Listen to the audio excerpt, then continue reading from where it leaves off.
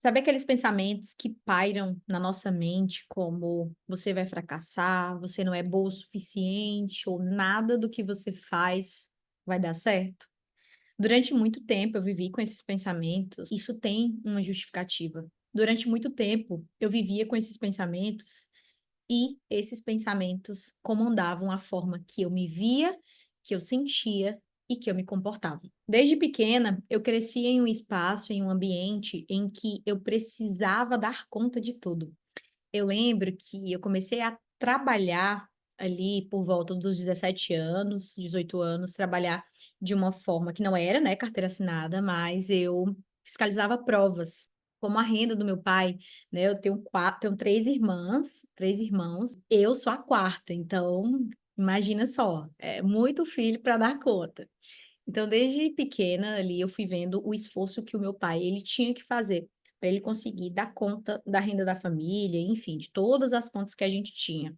Então, eu sempre fui vendo que para a gente ter alguma coisa, teria que fazer um esforço muito grande, ou até mesmo teria que se sacrificar demais, porque foi algo que eu aprendi, né? A gente já sabe que cada pessoa, né, cada ser humano, ele aprende de diversas formas. Eu aprendi que eu ia conseguir ter sucesso na minha vida se eu tivesse muito sacrifício, se eu fizesse muita coisa para eu conseguir obter algo. Então, durante muito tempo que eu vi o esforço do meu pai, enfim, das minhas irmãs também trabalhando muito cedo, eu via que eu também teria que passar por isso. A história não seria diferente.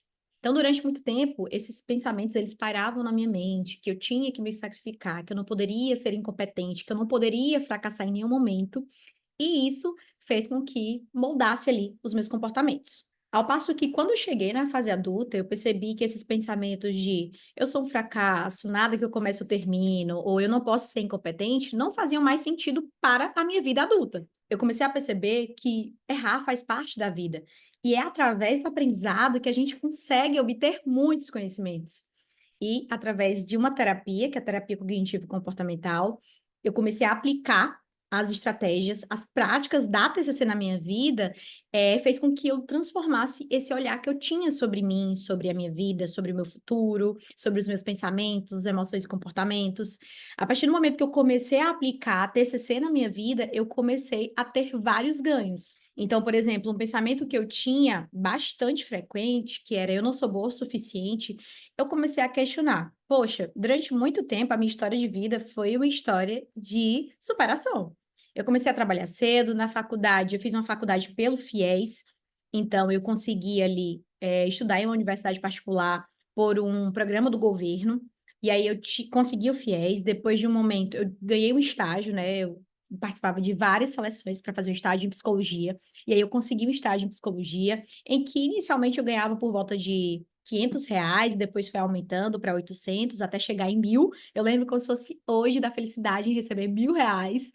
Então, isso com o tempo eu fui vendo que realmente eu conseguia à medida que eu ia me expondo e à medida que eu ia questionando esses pensamentos. A TCC, para quem não sabe, é uma terapia baseada em evidências científicas e que tem um plano de tratamento estruturado e personalizado para cada paciente.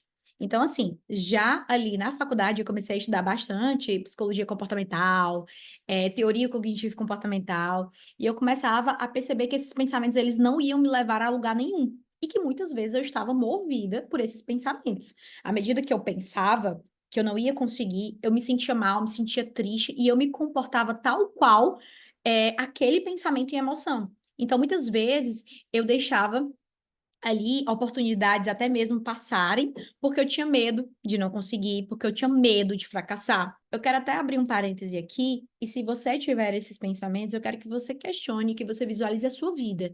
Será mesmo que você vai fracassar? O quanto você já aprendeu hoje na sua vida?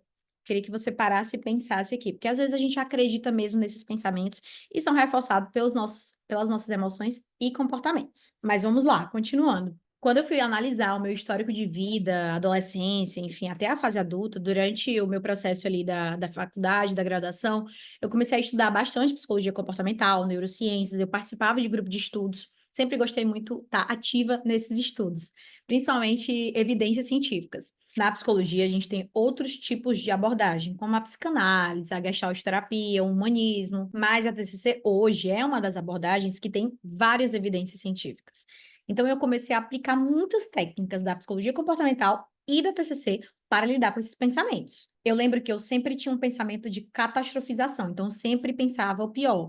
Sempre pensava que o que eu estava vivenciando era algo que a qualquer momento eu poderia ser surpreendida por alguma coisa bem pior. Outro ponto também, tanto a catastrofização quanto a que eu vou falar agora, que será a generalização, elas são tipos de distorções cognitivas. O que são distorções cognitivas?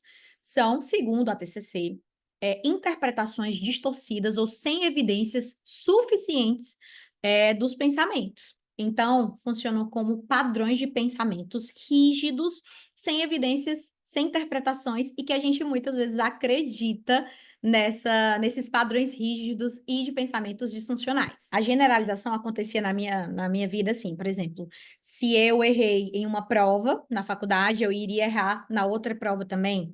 Então, se eu erro nisso aqui, então eu vou errar sempre. Se eu não conseguir aquele estágio, então eu não consigo mais nenhum. E às vezes a gente acaba acreditando realmente nesses pensamentos e fazendo com que eles comandem a nossa vida. Até que quando eu aprendi que eram padrões rígidos, padrões de pensamentos disfuncionais, que eu comecei a estudar, eu disse, nossa, eu lembro que a primeira vez que eu vi essa lista, eu disse, eu tenho muitas distorções cognitivas, porque de fato, eu acreditava muito no que eu pensava. E eu me comportava tal qual a forma que eu pensava. Enfim, já falei isso para vocês. Por isso, se você se identificou com esse vídeo, se você se comporta da mesma forma que a Rose antigamente, eu quero que você faça 3 perguntas. A primeira é: o que eu estou pensando? E aí você pode colocar no bloco de notas ou até mesmo pegar no papel e caneta, deixar ali no seu caderno, enfim, o que você utiliza para que você veja, mas é importante que você passe, tá? Não fica só: o que eu estou pensando? Não, coloca, escreve. O segundo: o que eu estou sentindo nesse momento? E aí você vai falar: tô me sentindo frustrada, tô me sentindo ansiosa, tô me sentindo nervosa. Coloca lá, escreve lá. E o terceiro é: como eu estou me comportando perante esse pensamento que eu estou tendo?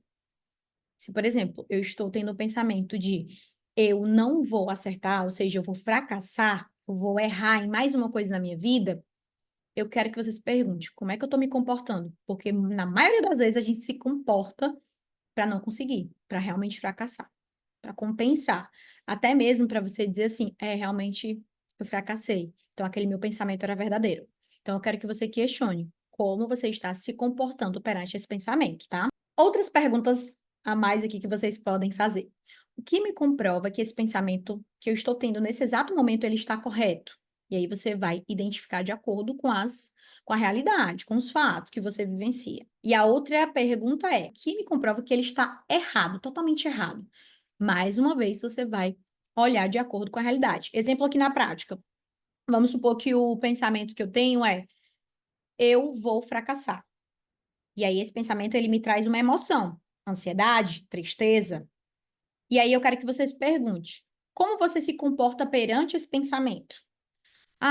Eu fico na mesma, eu não ajo, eu não tenho um outro comportamento. Tá. Mas o que que me comprova que esse pensamento ele está correto?